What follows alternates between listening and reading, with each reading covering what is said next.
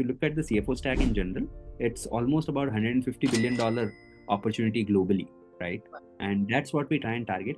I want to do something, right? And it is going to be a B2B SaaS and it's going to be in finance as a background, consulting as a background, building those relationships for decades as a background. The first thing that they evaluate is why part of it, right? And the team part of it, right? And then, what is the kind of a problem that you're solving? What is the market like? To target, geography. Say India mein SaaS nahi bikega, right? Can I fix that in my next time when I give a response to this question? So you keep creating that list, right? So in this process, I've got a lot of rejections. In the last about 1 year, we would have had spoken to anywhere between 50 to 100 investors, different investors. Apple's global treasury head is an angel for me. There were about 4,500 people from Infosys working on Apple as an account, right? I was one of them. He remembered that almost a decade later, right? When I reached out to him, asking him that if he would be willing to come on board as an angel, be your own devil's advocate, and figure out why job is not a better option than starting up. Is there a more compelling reason to actually do it rather than just a fad? Saurabh has just raised 1.6 million. Okay. And if you look at Saurabh's journey, it's unusual and it's fascinating. Quit Mensa Brands as the finance controller without having a solid, he had an idea. Could you share a little bit about, how and why did you decide on ZenStatement as much as you can, and the problem statement? I have about 20 years experience roughly, split into three broad areas. One, I started as a during my CA, right? So there was a 3 years articleship period, worked with Deloitte, right? Similarly, then I spent about 7 years in the tech consulting space, right? Very different experience. That basically gave me an exposure around the broader finance function, broader businesses, right? How finance interacts with the other business functions, etc., and what role kind of a technology plays in that setup to kind of solve the problems for the business and finance in general, right? Because it was a consulting role, right? I had a very good exposure with the customers, and I'll work very closely with them, on the projects, and I really enjoyed building those relationships, right? It's not something that one day I woke up, right, and I was like, okay, I want to do something, right, and it is going to be a B2B SaaS and it's going to be in finance. No, this is something that has been a thing in making for more than technically 20 years, right? Finance as a background, consulting as a background, building those relationships for decades as a background, right? And with that thought, actually in 2016, I had come back from US to India after spending about 3 years, that I do enjoy being in the business side of things, especially in the B2B SaaS tech. And this is a realization of 10 years, right? Now, okay, what do I do with this, right? I would enjoy being in the sales, and with a kind of a CA background. We're not natural salespeople per se, right? Then probably the softer landing would be for me to have an MBA, right? So I planned it in a way that 2016-17, I joined ISB. What is the next best alternate? Okay, finance has always been there as a kind of a forte for us. So let's get into the corporate finance. So I spent 6 years in the corporate finance, having still this thought in my back of my mind that I want to get into B2B tech and sales. I continued to nurture that dream. So I got opportunity across different sectors, right? So I worked in Mensa Brands, of course, as a consumer product company. I worked in Itilite, which is a B2B travel tech company. I worked in Renewable. I worked in the US healthcare kind of a setup. So I got diverse opportunities, right? Within that setup also, I got finance opportunity. I headed legal as well. I worked very closely with the product, got a lot of automation, etc., done in-house, or figured out what are the kind of players that are out there in the market in the finance automation space, right? All these are again inputs. Then I started to realize what kind of solutions exist and what don't, right? That also helped me identify some of these gaps that we are trying to plug with ZenStatement today, right? This third piece that I did during this time, right, apart from getting the exposure of industries, getting the exposure of different kind of technology solutions that exist outside, right, is also build a very strong CFO network, right? In the time while I was at Itilite, even though I was not actively handling sales, I would have met probably more than 100, 150 odd CFOs during that time. I'll make it a point that, if we are, selling to any customers, I'm going to be part of that sales conversation, right? I'll poke my nose into the process and say, I want to talk to the finance team there. Now, that's also, again, the ingredient for what I'm doing today. Now, the last part to that is that, really about the problem statement, right? So Itilite being into travel space, right? Very heavy FinOps.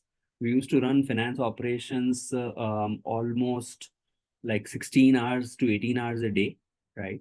And almost 7 days a week, right? And what we realized was that when you have this kind of a high volume of transactions, right?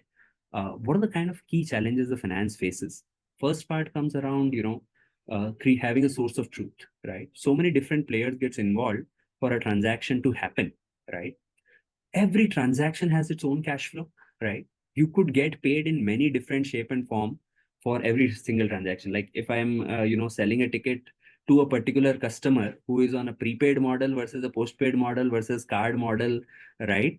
Very different, right? Similarly, if I think about the revenue side of things, for example, Indigo as a vendor for me who is going to give me commission, right? They could be paying me, commission directly crediting to the wallet. Some people could be transferring to my bank account, and some people could be, doing it weekly. Some people could be doing it, monthly, etc., etc. So many complexities for every single transaction. What is my revenue? What is my cost? What is my cash flow going to be? When am I going to get, these payouts, right? That's what made me realize that this kind of a businesses have this challenge, and I saw it in different form at Mensa. Now Mensa is a dealing in physical goods. It's not the services business anymore, right? Now, in that kind of a setup, again, you're dealing with different kind of a marketplaces, right? You're dealing with, selling through the own website. You're selling through the retail, right? Even though the channels were different, right? And the business was slightly different in the sense we were dealing with physical goods, right? Business models were different, but underlying finance problem was still the same, right? And again, when I looked for the solutions outside, I did not find anything. Now, that's how I got to ZenStatement as a process. How do you decide the equity split? So, Ankit, he comes from a different vantage point. He comes from a B2B commerce, e-commerce, fintech kind of a background. In fact, he built let's say, one of our offering today is the reconciliation solutions, right? He actually built a recon solution for JustPay, which handles the entire UPI stack for the likes of your Axis Bank, Yes Bank, and even, Amazon for that matter. Previously, he was with a company called MatchMove, where he built this entire PPI card stack for the Southeast Asia market, right? Where their customers were actually the credit card companies and all. So he had a viewpoint, right? Which is what I was talking about, the complementarity part, right? That we have a common DNA in terms of having worked for finance as a problem statement, and he builds in that product and engineering kind of exposure from a different angle versus what I do. I bring in the operator experience. Still, the question remains, right? That how do you think about the split, right? In most cases, people end up going with 50-50 kind, right? So that both of, or all the co-founders have equal skin in the game, right? Doesn't matter if, see, you have to sometimes keep your ego aside. Again, you are trying to increase the odds of success for this for your startup, right? And if that means that one of you have to compromise on bit on the equity here and there, right? Be it's okay, right? Because in the longer run, if it actually succeeds, right, it's like you get a smaller pie of the larger, smaller share of the larger pie. It's probably going to be more worth it than you having, your cupcake in your hand. And then, of course, there are some, guidance, like Excel macros you can think of, right? Like a questionnaires and all that are available online. You try to fill which person is going to play what kind of a role, how many co-founders and all there. It does suggest some kind of, let's say, numbers around the equity split and all, but I'll say, don't make that as a deal breaker per se, right? If you found good people, take this short term compromise, it's all right. Okay, how big is this market for finance guys? Because every day there is someone, some engineer building something for the finance function. Two thought processes, right? One is that, of course, it's a B2B SaaS, right? So you will find a lot more companies, and this is not a market where winners takes all, right? So a lot of companies can coexist. I think it depends on what you think is the value proposition, right? And what will work. So how I think about this, right? In the finance kind of ecosystem, a point solution, right, which is like solving just one part of the problem might not work very well in the long run in the current ecosystem of complex and so many different, sources of information that we're living in, right? You need a platform, the platform that can continue to solve more than one problem of finance, right? On the same platform without having to go off it, right? And having a one source of truth, one source of information, etc. Right? That's my thesis, right? So we build from our thesis, they build, they have their own thesis, etc. Right? So, and both of us can coexist, right? I think, once you have understood what your value proposition is, right, I'll go and sell to my customers, right? And I think, it works out well, right? I don't think, having competition makes much of a difference. In fact, it is good only. Like every day I see, new and new startups kind of getting funded in the US market in the CFO stack. It's an encouraging sign for us, right? That there is a market, there is a problem that is kind of, getting validated with investor trying to put in the money. And if you look at the CFO stack in general, it's almost about $150 billion opportunity globally, right? And that's what we try and target. And the other thing is that, it's not just the B2B SaaS. There are a lot of other avenues because you're dealing with money. There's a B2B SaaS side of the revenue. There is AI side of the revenue. Then there is also a fintech side of the revenue as we are going to go into, treasury and lending kind of spaces, combining that in the one platform. There are multiple ways. So that is the other interesting thing that you need to think about. Saurabh, you've just raised 1.6 million from some amazing folks, right? There are a lot of people out there who want to, who struggle raising money and who need some insight. So the first point that I have for you is, what was the initial strategy when it comes to fundraising? So technically, I started my journey of, the raising fund, reaching out to the investors, etc., all the way back in around September or so last year. Okay. In the last about 1 year, we would have had spoken to anywhere between 50 to 100 investors, different investors. We pitched, and we pitched, right? And we learned from it, we got better at it, etc. Right? The key here is that, whether your why is strong, one part. Second is whether you have a strong team, because these are early stage, investments, right? I don't have much of a customer base to show, right? I have some customers, I have some revenue, etc. So what I did was that before we got to this particular round, right, we also did a small angel round in which we brought on a lot of operator angels like the CFOs, etc., right? Who could vouch for me as a person and who could also vouch for the problem statement, right? So I built that pool already. That becomes an ingredient for us to actually, build this next round, right? So, and to me, operators, were very, very important. I have more than about 30 angels, 35 angels actually on the cap table, right? But they are the operators. They are my, messengers. They are my well-wishers. VC side, one catalyst always helps to bring other VC, and angels help to bring that first VC. Other caution, word of caution there though is that don't let it run for too long, right? If you've tried for about 3 months, 6 months, right, and if it hasn't worked out, put it to a pause, right? Figure out the alternate way and then restart this fundraise conversation little later down the line, because staying too long in the market, it's like sabji, right? So it's a process, right? And that means that you have to be able to reach out to people. That's the first 5 VCs that I'm targeting. And now you can do all of this homework by yourself, right? Like knowing that, okay, I'm into this particular one. Who are the investors in this kind of a competition companies, etc., right? So once you find that initial set of the people, you can ask for your network to actually make those introductions happen, right? And then go with that, right? And I think some of that conversation will probably play out. Some of them might not. So again, it's a process, right, that you want to follow. Outcomes, yeah, we'll know. How did you decide, between seeking VC, angel, and other funding sources? So, and the other thing is that, once you are in a little bit of advanced stages, like once we had figured our first lead investor per se, right? Then we could also pick and choose a bit.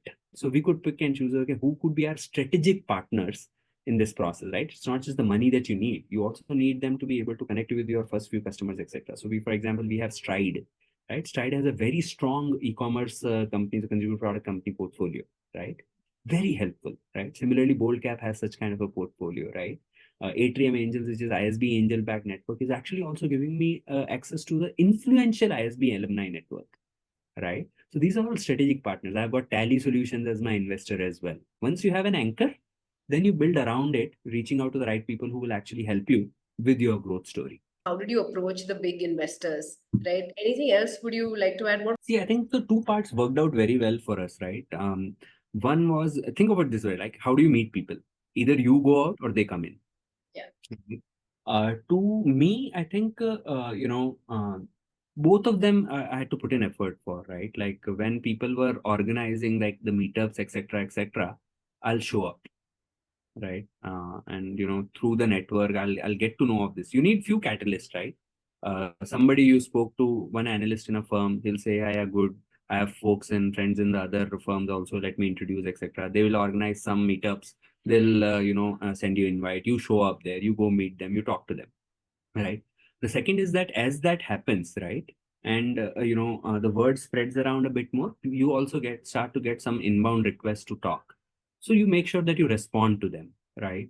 You respond to their questions, you talk to them. If they ask you for something follow up, for example, a lot of time investors ask me to connect to my existing customer, connect to other senior finance folks. So I had to kind of request, like, my ex boss also, that, sir, somebody wants to talk to you about me and about, because you are in a finance function as well, right, about the industry, etc., can you please give me some time, right, so that I'll coordinate this, I'll set up that meeting, etc., right? So you enable them to be able to build a thesis around you and around the industry as well, right? So that's what I kept doing for some time, right? And that's how a lot of initial conversation happened. Then over time, of course, we got some referrals as well, as I said, right? And then once you have a lead investor in place, of course, they continue to make introductions as well, because it's in their interest as well to construct the round per se, right? So they work with you. And then I think the other thing that played very well was the ISB network, right? So as I said, two of the four institutional investors came through the ISB network only, right? So you continue to kind of work with your network, leverage your network, right? Whether it's the people, whether it is the investors, whether it is your college alumni, etc., etc. But that's the process I followed to reach out, right? And other thing that I will say is that I also started to use a CRM much early in the process, right? So I'll also have my notes from the past. Right? Whom did I speak to? When did I speak to them? What was that things that I discussed? So that becomes a very useful tool for my always like next meeting, right? So make sure that you are kind of keeping a good track and history of it. And there are a lot of free CRMs available, right, for you to leverage on. So I started using HubSpot from practically almost day one of this thought process. So I think LinkedIn is one way, of course, right? You see a funding that is happening, you see who is the investor, etc., and you reach out. You will sometime, again, if you don't have the network, you will reach out to the analyst, you will reach out to the partners if you can, right? And then hopefully land a conversation, right? Or ask for referrals. So both of them work very well for me. And some of the people I will meet at these events, and also I'll take their contact details, make sure that I write to them, right? So all these are like, just a simple, as I said, right? Simply put, it's a process, right? Yep. You create those avenues to be able to interact with them, and you follow up diligently, Yep. to make those interactions happen. And then over time, of course, your name will travel a bit, and you will start to get some incoming as well. Just to give you one example, very simple, Apple's global treasury head is an angel for me. A 20-year veteran at Apple and handled like world's largest corporate treasury, right? Right. There was one treasury project I was working on from Infosys. There were about 4,500 people from Infosys working on Apple as an account. 2013, 14, 2012 to 2014 is when I worked on Apple as an account, right? He remembered that almost a decade later, right? When I reached out to him, asking him that if he would be willing to come on board as an angel. In between, there is no communication, right? My first message was, hey, Michael, do you remember me? I used to work in this team a decade ago, right? He said, of course I remember you, right? So that's the thing, right? That I was very, very, keen on this part that I will build these relationships. That was natural for me. How did you decide the amount to raise? Like, how did you come up with 1.6 million? Let's say if I'm doing a seed round, and again, a lot of these are hypotheses, right? So I'm doing a seed round today, I'm raising certain amount of money. The next round is going to be, let's say, a series A in the process, right? When you think about that, for a series A, for a B2B SaaS company, generally it happens at a certain revenue milestones, right? Of course, there will be exceptions, right? And, to be able to get to that revenue milestone, you need to have enough of a runway in this round, right? You have to raise enough to get to that milestone. Let's say if that milestone was 1 million, right? I need to be able to have enough runway in this round to be able to hit that 1 million milestone. And of course, a bit more runway, because, right, even after I hit that, I will start the conversation. It will take some time to kind of, close that series A round per se, right? Again, you do a bottom up planning that, okay, I will need this many people, I'll need to spend this much amount of money to be able to get this amount of leads, this amount of customers, so on and so forth. Anywhere in little north of 1 million is going to be reasonable amount of money to be able to get to that milestone, for example, right? And by the way, don't quote these numbers per se. This is just to give you kind of an idea, right? Now, what you do is that you find the first anchor investor who is going to be putting in, anywhere between 25 to 50% of this sum, right? And then you find the remaining investors, right, who is going to kind of plug that gap. Now, this is all bottoms up exercise. In the end, what could happen is that you could fall short or you could have more than what you needed, right? Then there are, certain percentages dilution that are kind of understood in the industry and what you are comfortable with at a seed round, right? For example, I don't want to be diluting, let's say, more than 20 to 30% at a seed level, right? Right. That's how you kind of do the math around what should be the round size, how much do you want to dilute, what should be the valuation, because there is technically otherwise there is no foundation data that you have, right? Like there is almost like no revenue. How do you do the Yeah. valuation, right? So that's how the exercise becomes. And there are a lot Okay. of like benchmarks available to you for you to kind of work around, right? And benchmarks would be, of course, ranges. You will fall into one to other. So at a seed level, for example, anywhere between 15 to 20, 25% is generally the maximum dilution people look at. Some will be exceptions, some will be not. How did you build your pitch deck? Did you hire a CA firm to do that for you? Or what was the process? So I built it myself only, right? I think in the pitch deck part, right? And I don't think we have a great pitch deck, by the way.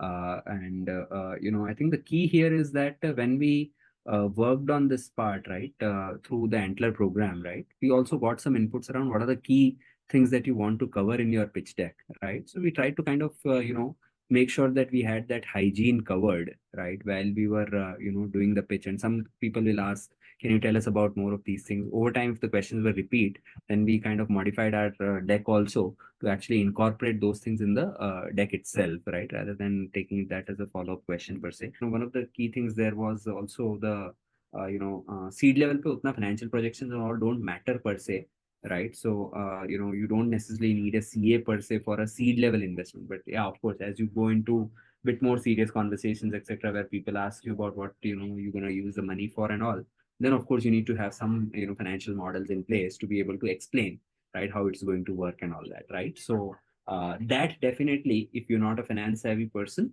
then you would need some help around it, right? But I think you should take that first attempt yourself, right? Because you will know the business much better than a CA would can put it into a template, right? Um, the second piece there is that, once the fundraise is complete, right, of course there are, certain milestones and all that you're talking about. There is process around monthly or even bi-weekly sync up, depending on how much your investors are kind of vested Yeah. in the process, right? So each of them will have a different level of involvements, but you want to make sure that you kind of take them along with you, right? Yeah. Not just, kind of treat them as your partner, right? Keep them in sync as to what is happening, what is not working. And I think this was called out by I think Narayan Murthy or Nandan Nilekani, right? If there are bad news, it should take elevator, and if there are good news, it can take escalator. It can take escalator, right? First one is should. It should take Should. elevator. Ask for help where you think you really need it, right? Because they've invested, of course, there'll be some amount of a pressure here and there that is going to be there. And there's no escaping that part, right? Meter chalu ho gaya. That is the reality of it. And then, of course, deal with the consequence, whatever happens, right? Like outcome acha hai to hai, nahi hai to hai. But if they're part of that journey, I think the shock will be much, like much more. It will land easier, if at all, even if there was a shock, than Yeah. if you were not keeping them updated per se. Can you share any instance where you faced rejection? I know you said that it's a journey. So it really helps. Quite a few, quite a few, right? And as I said, right, like when people evaluate investment, right, and you're talking about investment related rejections Investment. and Investment. not Yeah. customer, Yes. right? So investment perspective, as I said, right, when they evaluate, right, the first thing that they evaluate is why part of it, right? and the Yeah. team part of it, right? And then, what is the kind of a problems that you're solving? Why are you the winning combinations, etc., right? What is the market like? Is there any opportunity in the market? What's your target, geography? That Yeah. also a lot of investors, kind of have a strong viewpoint on. Some will say India mein SaaS nahi bikega. Some will say, okay, worthwhile trying, etc., right? So people will have their thesis. So what you do basically is that, you create this FAQs kind of a listing for yourself, right? Like, what are the questions they are asking, right? And what is my response? When I responded, what objections did I get, right? Can I fix that in my next time when I kind of give a response to this question? So you keep creating that list, right? So I in this process I've got a lot of rejections, right? In fact, some of them are funny as well, right? Because they said no to me and then they ended up investing in another CFO stack where I see the team, etc., where I see the initial thesis, I find it to be like, यार इनसे better तो हम ही थे, right? But then that's the part, right? That's the part and parcel of the process, right? So rejections will happen. I think the takeaway for you is that if you can get some feedback from them, right, Yep. and you can improve your next pitch with that, right?